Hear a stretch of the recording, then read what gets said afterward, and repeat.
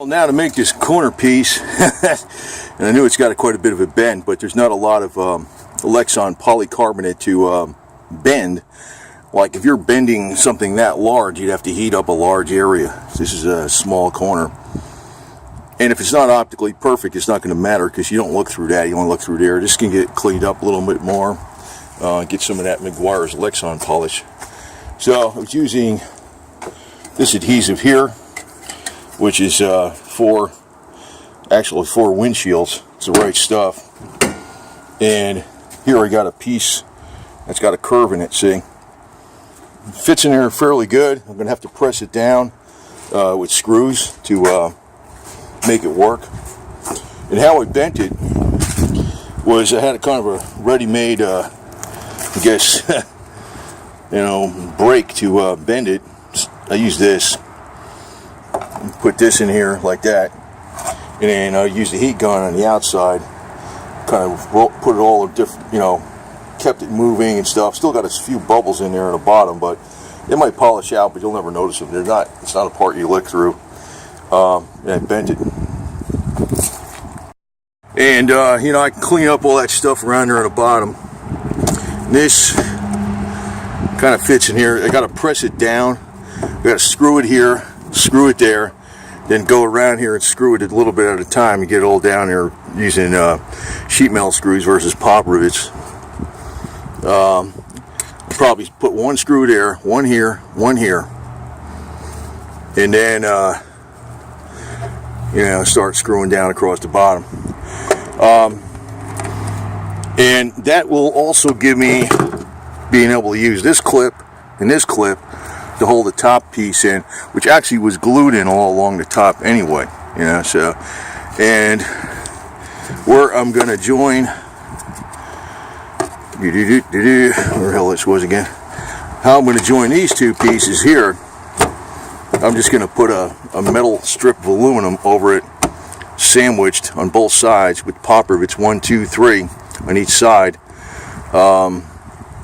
That will pull it together and make like a joint. It'll look like, just like sort of like what you'd have on a split window, front window. Just be one split right there and one split right there. So, but at least this stuff, it won't shatter or nothing. I mean, you could scratch it, but I'm going to use Lexan or polycarbonate plastic polish and protectant from Meguiar's. That's some pretty good stuff. So let's get this thing in. We're moving on. That's the name of this stuff. I guess it's Sikaflex P2G primerless to glass. Adhesion, I don't know, 6 hours. Setup time, high viscosity, short cutoff string. I don't know. It's freaking like rubber, man. I think this is the same stuff that was holding together the door skin on the bottom of my car for like 20-something years after I discovered that it was all rusted out, and I put a piece of metal back there. It's pretty strong stuff, man. It looks like, when it dries, it looks like a piece of freaking rubber, hard rubber that sticks on the glass on it really good, so shouldn't leak. Got in there when I was getting ready. Just put one screw in it right now, right? And he's in there. Hi. You get out of here. Jump, boo-boo. This guy's always jumping in my car. He does that on the blue car, too, right? Meow, meow. All right, next screw. Those sheet metal screws are going through two pieces of metal, too, so they're really holding in there solid. Get inside, boo-boo. That's Onyx, the little kitten. I got the piece of Lexan in there, and I just put a piece of Gorilla Tape outdoor on the seam. So, it don't look that bad, actually, to tell you the truth. Let me get back here a second. Coming this way.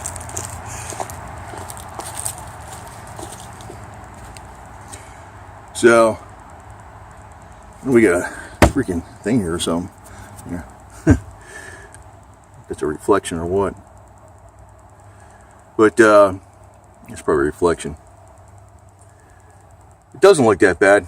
So it'll have like that seam, and then we'll have the chrome trim around there, and the whole thing will be truck bed lined, including up along this top piece here. That'll be truck bed lined into the bed, which you got, when you do this, you got to kind of rough up the surface and get it real chemically clean before you do that. But at least now I know that I did one corner. I could do this corner, and the window is going to look okay. Even, you know, and I don't need to put as wide a strip on that. I could probably put a silver strip or something like that, about half that width, but that's just to cover it up. And I'll be able to glue with adhesive the trim on there, and how I can actually get this on here real tight. This part should lay in there pretty good. I looked at that. I said, well, that's pretty surprising. It should lay in there pretty good. I might have to trim it out with a knife or something, and we'll have to clean up along the edge down there in the bottom on the inside, but it could be done. Eats up time. But when I put this thing in here, there's like a space like this. I can put a piece of wood, wide piece of wood with some cloth against the trim to hold it in place while the glue sets up. And then this window should be in there for quite some time. You know, it should last quite a while. And if something gets screwed up on it, when you take it out, it won't be in like a million pieces. You can, you know, redo the center section, or say for instance the middle of it got messed up. I could put a couple of bars in there and make a slider in there or something like that, or something to open it up. You know, I could take it out, or maybe not a slider, but something where you can, you know, maybe a bar here and a bar there with some with a rubber gasket and a couple of wing nuts that hold it on from the inside. You know, something like that. You know, so you can actually take the stupid window out. Which, you know, wouldn't be a slider, but that's something else you could do. So doesn't it? You know, the corner piece, like I said, it's got a wider strip on there than I need it, but it's coming out okay. And I put a couple, you know, there's two glops on the bottom. That was just to cover up a couple holes there. So I'm thinking about truck bed lining the whole thing, all down in here, the whole bottom here, all this stuff, which I've been thinking for doing a while, and getting up along the top there and match it. So you'll just have a silver chrome trim around there. Looks okay, to tell you the truth. It's a real pain in the ass, takes some time to do. And the other helpful hint is, if you got to trim some excess, use the Dremel tool and put it on a low speed, because it doesn't melt the stuff as much. I noticed that too. I found out as I was using it. You want to use Dremel tool on low speed. But yeah, it's coming out okay. Pretty surprising. That curve is in there, man. That curve is in there. That big piece of glass had a slight curve to it too. But that curve is in there, man. Let's see if I get up this way. See? Well, like I said, that strip that's on there, you don't even look through that part. You only look through up here. But that strip is actually wider than what I need. It's like butted right up to there. It's like a very tiny gap. You could put something else in there instead of that. And I'm going to get to Meguiar's polycarbonate plastic polish and protectant. That should make this shit last probably at least 10 years. So, you know, as long as you don't freaking smack it up or nothing. But I'm always afraid that I'm back here, if I drop a hammer or something, I was always afraid of busting this glass, man. So that's one reason I didn't want to replace it with an original glass. I said, if I ever did that, you know, you could do it, you know, but I think this is going to work out better. So that's a crazy curve, man. So if you got, you know, an old car that doesn't have, or it's real, you know, 53 something or other, you know, you could do your back window like this. You just do the main part and then just do two sections for each corner, because it's easier to bend. It's still not easy, but it's easier to bend a smaller section with the heat gun than it is a large section. So, and it looks pretty good. Doesn't look too bad. Now I got to do the other side, but you know, once that's done, you know, I could definitely drive it around and shit, for one. That's the one good thing. And the flag will be back up there again, of course, as always. Not too shabby. To really tell you the truth, I'm an amateur. I never did this before, so not too bad.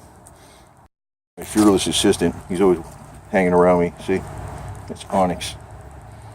My little boy, puppy cat, huh? This guy is, he follows me everywhere. He hangs around me, and he never goes too far or nothing. But he's a little bit like a klutz, like a puppy too. I mean, he'll get up on. I don't know why this thing is doing this thing with the reflection like that. It's weird. But the thing is, he's a little bit of a klutz like a dog. He'll knock a lamp over or something like that, man. He's a little bit of a klutz, man. He's got a very dog-like puppy mentality, man. Follows me everywhere.